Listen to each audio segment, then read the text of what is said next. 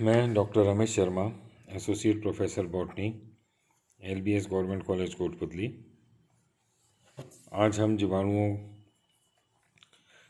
की चैप्टर में जो चल रहे हैं उसके पार्ट 2 है ये। इसके अंदर हम आगे चलते हैं और आज हम इसकी आवास की, इसके साइज़ की और इनकी आकृति और प्रकार के बारे में हम बात करेंगे जीवाणुओं की। तो जैसा कि हमने शुरू में लक्षणों में पढ़ा था, जो जीवाणु हैं ये ओमनी प्रेजेंट होते हैं, मतलब सर्वव्यापी हैं। हर जगह ये पाए जाते हैं, ऐसी कोई स्थान नहीं है जहाँ पर ये नहीं पाए जाते बैक्टीरिया। और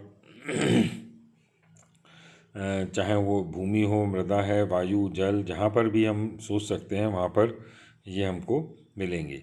उसके साथ साथ ही जो टेम्परेचर की रेंज है, तापमान की जो रेंज है इनकी, वो इतनी अधिक है कि माइनस से लेके प्लस में जो मैक्सिमम टेम्परेचर हो सकता है, मिनिमम से लेके मैक्सिमम तक पूरी रेंज में, चाहे वो बर्फ़ हो, चाहे उबलता हुआ पानी हो, वहाँ पर हमको जीवाणु मिलते हैं। और इसी तरह से चाहे वो कितनी ऊंचाई पर हम जाएं, चाहे ज़मीन के नीचे जाएं हम गहराई तक, तो वहाँ पर भी हमको जीवाणु मिलते हैं। तो इसलिए ये हम कह सकते हैं कि ये सर्वव्यापी हैं या ओमनी प्रेजेंट हैं। हर प्रकार के वातावरण में, हर प्रकार के हैबिटेट में ये हमको मिलते हैं। अब इनके साइज़ की, आकार की बात करें तो जो सामान्य कोशिका है उसका व्यास 0.2 से लेकर 1.5 माइक्रोमीटर तक तथा लंबाई 2 से 10 माइक्रोमीटर तक होती है। अब इनकी शेप और प्रकार की अगर हम बात करें तो इनको मुख्यतः 3 आकृतियों में बांटा गया है। 3 आकृतियों में पाए जाते हैं: गोलाकार, छड़ाकार और कुंडलित प्रकार के। गोलाकार स्फेरिकल, छड़ाकार अंडाणु रॉड शेप्ड और कुंडलित प्रकार के हेलिकल या स्पाइरल। अब हम एक एक करके इनकी बात करेंगे। तो जो गोलाकार जीवाणु हैं, जैसा कि नाम से स्पष्ट है, स्फेरिकल या कोकस, ये गोल होते हैं और जिनका व्यास 0.5 माइक्रोन से लेके 1.25 माइक्रोन तक, 1.2 माइक्रोन तक होता है। इनमें कशाभिकाएँ नहीं पाई जाती। अब ये गोलाकार जीवाणु जो हैं, ये अपनी संख्या के आधार पर हम यहाँ पर इनका विभाजन आगे किया गया है या इनके प्रकार बनाए गए हैं। तो संख्या के आधार पर ये किस तरह के हो सकते हैं। सबसे पहला माइक्रोकोकाई। माइक्रोकोकाई का मतलब है जब जो स्फेरिकल या कोकस जीवाणु हैं ये एकल रूप से मिलें, सिंगल मिलते हैं, जब ये अकेले मिलते हैं तब इनको माइक्रोकोकाई कहा जाता है। डिप्लोकोकस, डिप्लो मतलब 2, डाई मतलब 2, तो डिप्लोकोकस जब जीवाणु कोशिका के अंदर विभाजन होता है, विभाजन होकर 2 कोशिकाएं बनी और ये दोनों कोशिकाएं एक युग्म के रूप में मिलती हैं, एक पेयर के रूप में मिलती हैं, तब इनको डिप्लोकोकस कहा जाता है। इसका उदाहरण हो गया डिप्लोकोकस निमोनी। तीसरा प्रकार है टेट्राकोकस। टेट्रा मतलब 4, 4। तो इसमें वर्गाकृत आकृति के रूप में 4 जो कोकस या गोलाकार या स्फेरिकल जीवाणु हैं, बैक्टीरिया हैं, वो पाए जाते हैं। तो इस प्रकार संख्या के आधार पर हम देखते हैं कि माइक्रो में 1, डिप्लो में 2, टेट्रा में 4। नेक्स्ट इसका जो प्रकार है अगला, वो है स्ट्रेप्टोकोकाई। तो जब स्फेरिकल जीवाणु एक ही दिशा में विभाजित हों और एक चेन का निर्माण कर लें, एक जंजीर के समान संरचना बना लें, तब उसको स्ट्रेप्टोकोकाई कहा जाता है। इसके बाद नेक्स्ट है स्टेफाइलोकोकाई।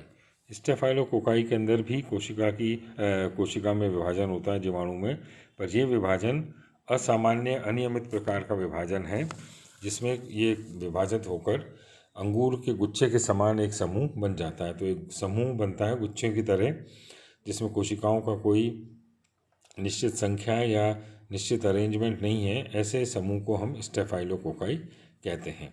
और इसके बाद है सारसिनी।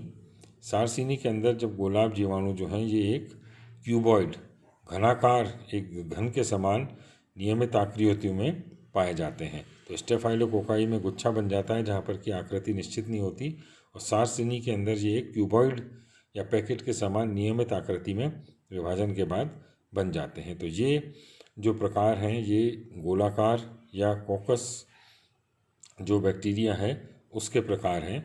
अब दूसरे प्रकार के बैक्टीरिया पर हम आते हैं जो कि बैसिलस है, जिसे हम छड़ाकार भी कहते हैं या दंडाणु भी कहते हैं, रॉड शेप्ड।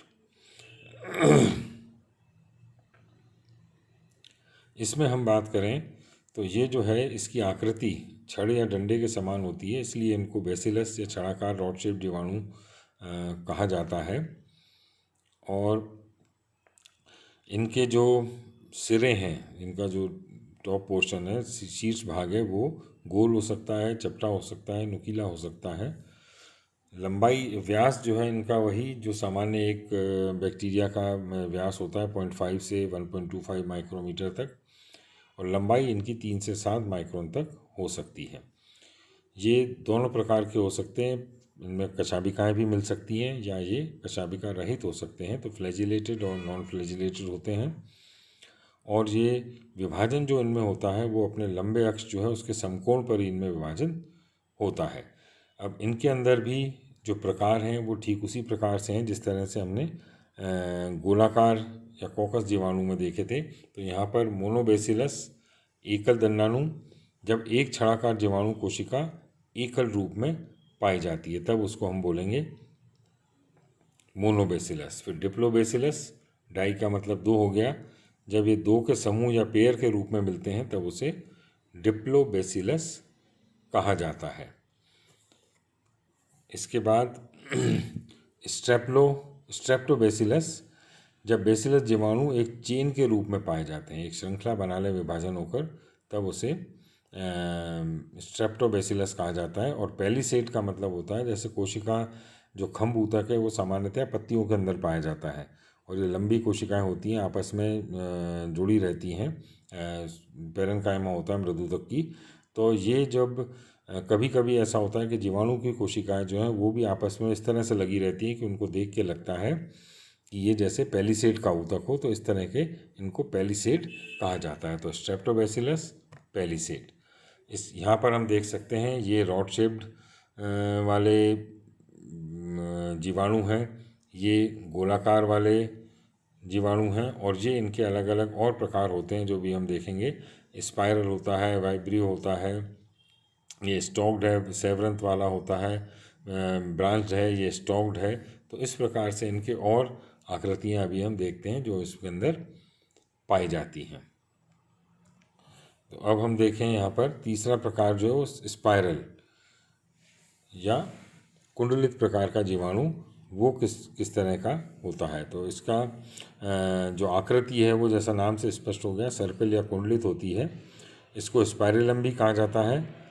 ये सामान्यतः ये एक एकल कोशिकीय स्वतंत्र इकाई के रूप में पाए जाते हैं, एकल कोशिका ही इनकी पाई जाती है। पहले जो हमने दोनों प्रकार के देखे, गोलाकार या दंड प्रकार के, उनमें जिस तरह के प्रकार थे संख्या के आधार पर, वो यहाँ पर नहीं पाया जाता।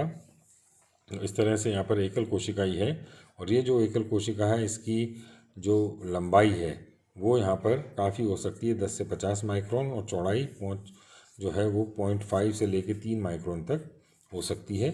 और ये कशाभिका युक्त होते हैं, इनमें कशाभिकाएँ पाई जाती हैं, फ्लैजिला पाए जाते हैं।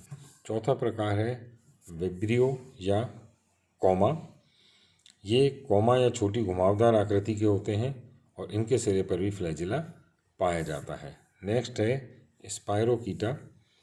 ये कॉर्क स्क्रू के समान संरचना होते हैं, कशाभिका रहित होते हैं, और लंबाई की तुलना में इनका व्यास कम होता है, मतलब लंबाई इनकी कुछ अधिक होती है और उसकी तुलना में व्यास इनका कम होता है। नेक्स्ट है फिलामेंटस।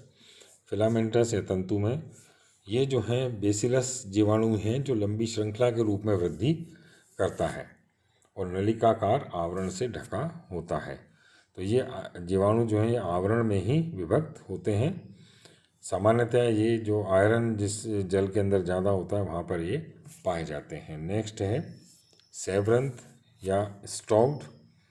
ये इसमें एक इन जो बैक्टीरिया हैं इनके अंदर एक बाह्य कोशिकीय संरचना होती है जो पूरी कोशिका को घेरे हुए रहती है, और इस संरचना को व्रंत या प्रोस्थिकी कहा जाता है। इसकी उपस्थिति के कारण इनको प्रोस्टिकेट बैक्टीरिया भी कहते हैं। और कुछ जीवाणु ऐसे होते हैं जिनमें ये प्रौस्तिकी जो है वो जनन में भाग लेती है और कुछ में जनन में भाग नहीं लेती। तो जिनमें जनन में भाग नहीं लेती वो कोलोबैक्टर कहलाते हैं जैसे, और जिनमें जनन में योगदान करते हैं वो है जैसे हाइपोमाइक्रोबियम। तो इस तरह से ये जो यूज़ है इसका प्रोस्टिकेट का, ये जनन में भाग ले भी सकता है या जनन में भाग नहीं लेता। इसके बाद नेक्स्ट जो प्रकार है वो है प्लियोमॉर्फिक या बहुरूपी। तो कुछ जीवाणु जो हैं वो जैसा वातावरण मिला उसके हिसाब से अपना आकृति और परिमाप को बदलते रहते हैं, और इस अस्थायी परिवर्तनों के कारण ये एक से अधिक रूप में पाए जाते हैं, इसलिए इन्हें बहुरूपी जीवाणु कहा जाता है। तो इसका उदाहरण है एसिटोबैक्टर। तो ये लगातार रूप चेंज करते रहते हैं, इनका कोई रूप निश्चित नहीं होता कि ये गोलाकार है या दंडाकार है या सर्पिलाकार है। इनका परिस्थिति के हिसाब से जो रूप है वो बदलता रहता है। फिर इसके बाद नेक्स्ट है बडिंग बैक्टीरिया या मुकुलन करने वाले। तो ये जो बैक्टीरिया हैं इनके अंदर मुकुलन होता है, बडिंग होती है। तो एक नलिका है जिस नलिका का शीर्ष भाग जो है वो फूला हुआ रहता है। नलिका धीरे धीरे लंबाई बढ़ती है, फूल जाता है इसका अगला हिस्सा, और ये एक कोशिकाओं का जाल सा बन जाता है। तो ये है बडिंग बैक्टीरिया। इसके बाद जो सबसे लास्ट में है वो है एल फॉर्म्स। एल फॉर्म्स जो हैं ये क्लिनबर्ग ने इनको देखा था स्ट्रेप्टोबैसिलस मोनिलिफॉर्मिस नामक जीवाणु में, और ये जो प्रोटोप्लास्ट होता है इसका वो इसके प्रोटोप्लास्ट को कल्चर किया जाता है, और कल्चर करने से एल रूप इसका नाम इन्होंने दिया क्योंकि इसके अंदर पेनिसिलिन होता है। उस कल्चर मीडियम के अंदर पेनिसिलिन होता है, और उसमें जब इनको कल्चर किया जाता है तो यहाँ पर हमको नेकेड प्रोटोप्लास्ट प्राप्त होता है, और ये जो नेकेड प्रोटोप्लास्ट है इसको एल फॉर्म कहा जाता है। दो प्रकार के हो सकते हैं।